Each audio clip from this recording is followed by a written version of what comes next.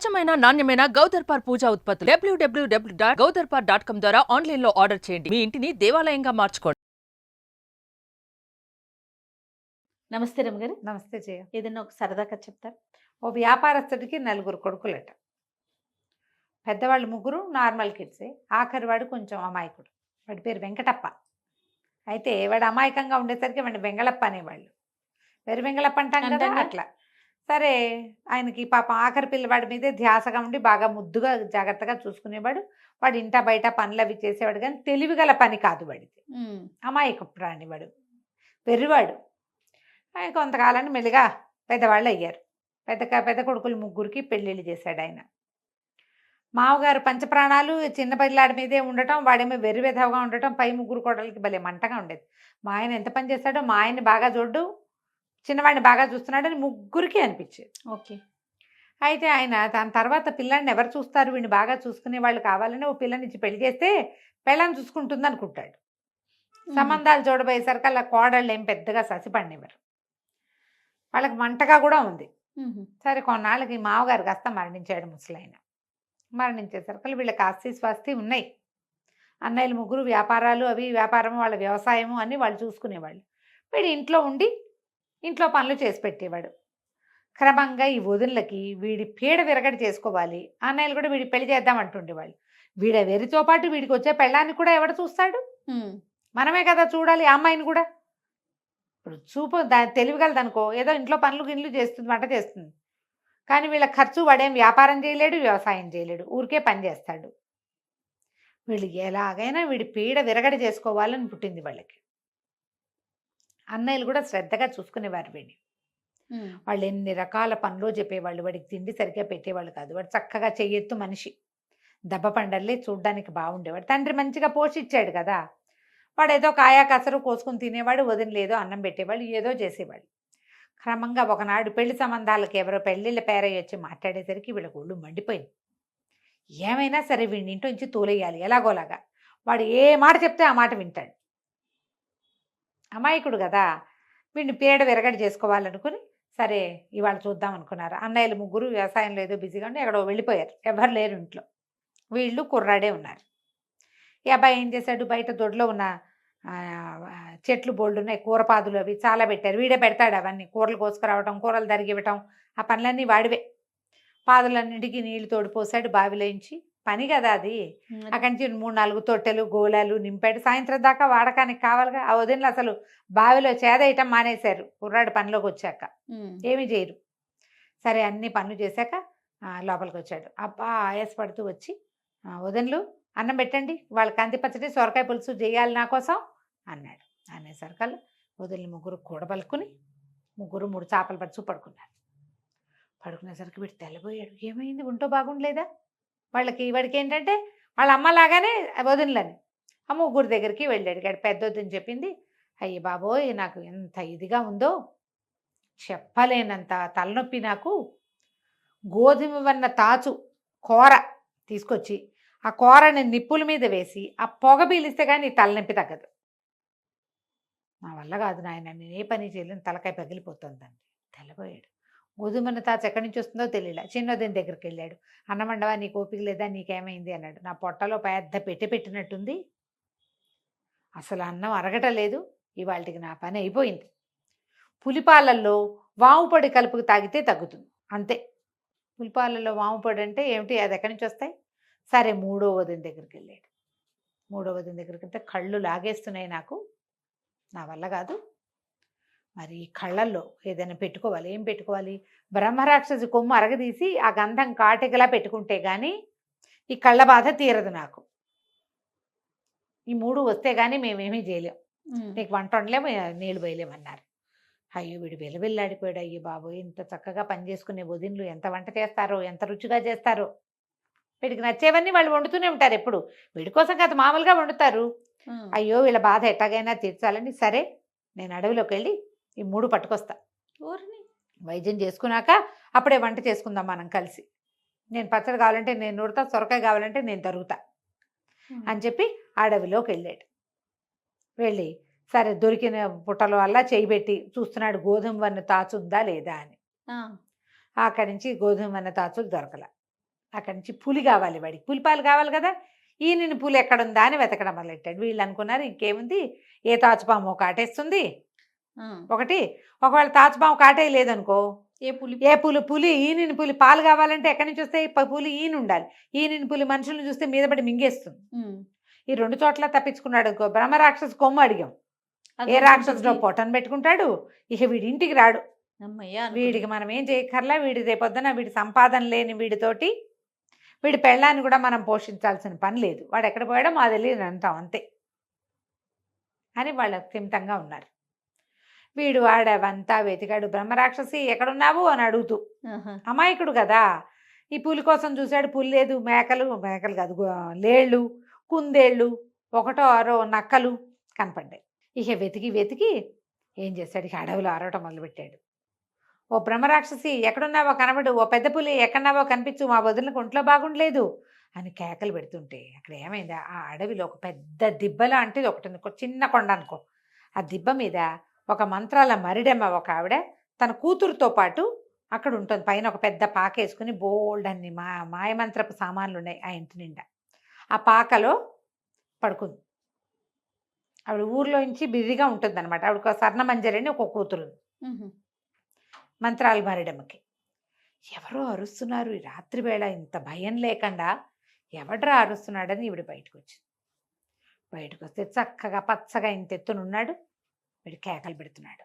కేకలు పెడుతుంటే అడిగింది, ఎవర్రా అల్లుడు నువ్వు, ఏమిటి భయం లేకుండా ఇంత దూరం వచ్చావు, ఎవరు నువ్వు, ఇందుకీ అర్ధరాత్రి వేళ అరుస్తున్నావు అంది. అనేసరికల్లా వీడు అల్లుడు అంటే అత్త అనాలి వాళ్ళని. నేనేనత్త వెంకటప్పని, మా వదిన వాళ్ళకి అస్సలు ఉంటో బాగుండలేదు, 3 వస్తువులు కావాలి, పొద్దున్న 10 గంటల నుంచి వెతుకుతున్నాను, దొరికితే బట్టు, ఎక్కడైనా ఓ గోధుమ వన్న తాచు, ఓ ఈనిన పులి, ఓ బ్రహ్మరాక్షసి ఉంటే చెప్పు. వాటితో ఏం చేస్తావురా పిచ్చి వెధవా నువ్వని. వాటితో ఇవ్వండి, గోధుమ వన్న తాచేమో తాచు కూర కావాలి మా పెద్దొదినకి, పులి పాలు కావాలి చిన్నదినికి, బ్రహ్మరాక్షసి కొమ్ము కావాలి 3వ వదినకి. ఆ వైద్యం చెప్తే వాళ్ళు బతకరమ్మా, చాలా తలనొప్పితో బాధపడుతున్నారు, వంట తంట లేదు ఇంట్లో, మా అన్నయ్యలకు భోజనం ఎట్లా, నాకు ఆహారం ఎట్లా, మా ఇల్లు నడవద్దా, అందుకని వచ్చానంటే సరే ఏమేం ప్రయత్నం చేసామంది. ఒక 6-7 పాములు పట్టుకున్నాను, గోధుమని తాచు దొరకలేదు, వాటిని వదిలేసా, వాటి కోసం వెతుకుతున్నానంటే ఈ మరిడమ్మంది ఊరిని అనేసి, అమ్మో నువ్వు ఎంత గట్టివాడివిరా, భయం లేదు, తెంపరి అంతే కదా, పుట్టు తెంపరి వాడికి భయం లేకపోవటమే తెంపరితనానికి ఇదేమిటి, భయం లేకపోవటం, భయం తెలియదు వాడికి. అక్కడి నుంచి అంతే, మన దగ్గరే ఉన్నాయిరా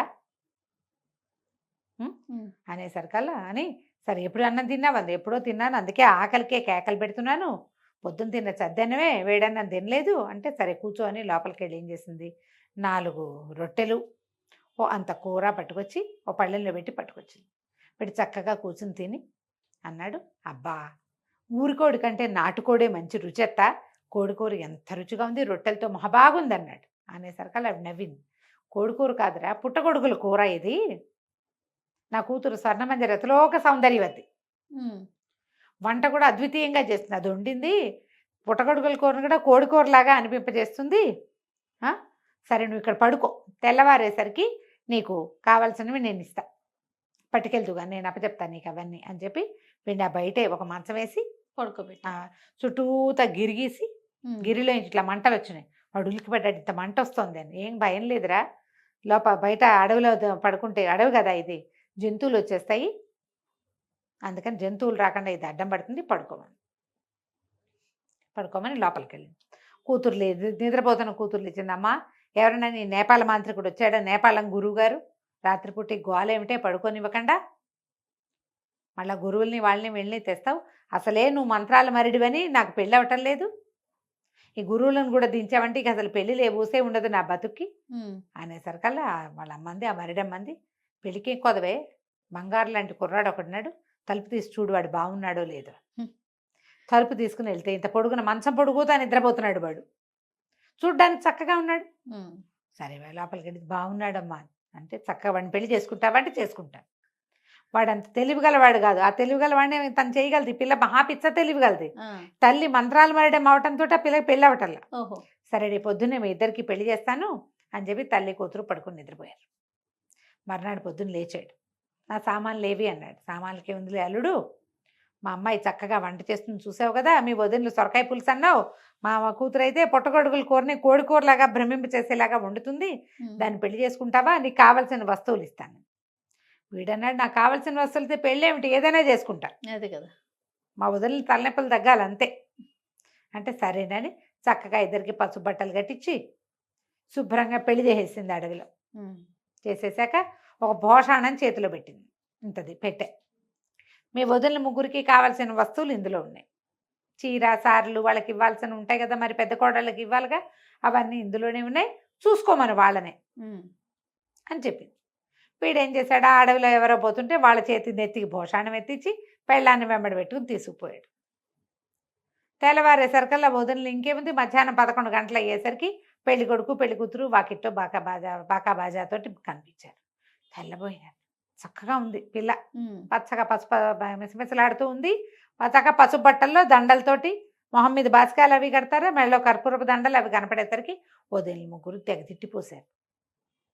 అవేవో వస్తువులు తెమ్మంటే పెళ్లి చేసుకొస్తావా, నీకు ఉన్న దాంతో పాటు దీన్ని కూడా మొయ్యాలా, దీన్ని మోయటానికి మా దగ్గర ఎక్కడవి డబ్బులు అని అరిచేసరికల్లా, కాదు కాదు, బోళ్ళు కట్నం కానుక ఇచ్చింది మా అత్తగారు, అత్త ఇచ్చింది, తర్వాత ఏమో మీకు కావాల్సిన వస్తువులు కూడా ఇందులో ఉన్నాయి, ఈ భోషాణంలో ఉన్నాయని వెనకాల మనిషి పాటు మోసుకొచ్చాడుగా, ఆ భోషాణాన్ని గదిలో పెట్టించాడు. వాడికి ఏం చెప్పింది ఆవిడ, వాళ్ళని తెరిచి చూసుకోమను అంది. ఓహో, తూచా తప్పకుండా పాటిస్తాడు వీడు, తను చూద్దామనుకోవాలా, అవి వదలకి చెందేవి నాకెందుకు, ఓహో అప్పచెప్పాడు. పెళ్ళాన్ని లోపల తీసుకుపోయాడు. పెద్దదన గారు వచ్చింది, తలుపు తీయగానే బుస్సుమంటూ ఇంత పెద్ద గోధుమనే తాత వచ్చింది లోపల నుంచి బయటికి. అడిలిపోయింది, అమ్మ బాబోయ్ ఇంకేమైనా ఉందా అని తలుపేసి, ఉండండిరా హారతిస్తాను, అప్పుడే ఇంట్లోకి వచ్చేసారు అని గుమ్మంలో నిలబెట్టి హారతి ఇవ్వటం మొదలెట్టు. రెండో కోళ్ళు, అయ్య బాబోయ్ దీనికి ఏదో మండ్లు మాణిక్యాలు దొరికేసినాయి, అందుకే హారతిస్తోంది, మనం చూద్దామని పరిగెత్తుకుంటూ రెండో కోడలు వచ్చి తలుపు తీస్తాయి. అందులోంచి అప్పుడే ఇది ఇట్లా మొహం వేళ్లాడిపోతున్నావు, పెద్ద పూలు ఒకటి దూకపోయింది మీద. అమ్మో, అయ్య బాబోయ్ ఎంత వేసేసి లోపలికి వెళ్ళి అక్షంతలు పుచ్చుకొచ్చింది మరిది మీద వేయటానికి. మూడో కోడలు వెళ్ళింది లోపలికి. మూడో కోడలు వెళ్ళి తలుపు తీసేసరికల్లా ఏముంది, అందులోంచి పెద్ద ఒంటి కొమ్మున బ్రహ్మరాక్షసుడు ఒకడు మీద పడిపోయాడు. ఆ పెట్టె శాశ్వతంగా వీళ్ళ నట్టింట్లో ఉండిపోయింది. ఇప్పుడు ఏం చేస్తారు, వాడిని ఏదైనా అంటే ఈ పెట్టెలో నుంచి ఏమొస్తాయో తెలియదు. నిశ్శబ్దంగా ఊరుకుని దిగదుడిచిపోసి హారతులు ఇచ్చి అక్షింతలేసి కొత్త పెళ్లి కూతురికి ఇంకో గది ఏర్పాటు చేసి లక్షణంగా లోపల తీసుకుపోయారు. ఇక అప్పటి నుంచి వెంగళప్పని వాళ్ళ ఆవిడ హ్యాండిల్ చేసుకుంది, చక్కగా ఇంట్లో వంట తంటా చేసేది. ఆ పిల్లకి అన్ని తెలివితేటలు ఉన్నాయి కాబట్టి వారిని వీరిని పిలిచి మా వాటా మాకు ఇస్తే మేము మా వ్యవసాయం మేము చేసుకుంటాము ఓహో అని చెప్పి వాటా కూడా పుచ్చుకుంది. వాడు అందంగా ఉన్నాడు, దానికి పెళ్ళే కాని పరిస్థితి దాంది. వాళ్ళ అమ్మ మంత్రాలు మరిడి ఉంటుంది, వీడికి మరిడికి మామూలు వాళ్ళకి తేడా తెలియదు. అది వాళ్ళ ఇంటి పుట్టింటికి వెళ్ళే ప్రసక్తి లేదు, ఎప్పుడైనా వాళ్ళ అమ్మాయి వస్తుంది, హాయిగా ఉన్నాడు. అంటే మనుషులు చెయ్యొదిలేసిన అమాయక పిల్లలకి భగవంతుడు ఎక్కడో చోట చెయ్యి ఏర్పాటు చేస్తాడు, ఎక్కడో చోట. అంతే, వాడి తాలూకు మంచితనమే వాడికి శ్రీరామ రక్ష. అంతే కదా, కంచికి మనం ఇంటికి. నమస్తే. నమస్తే.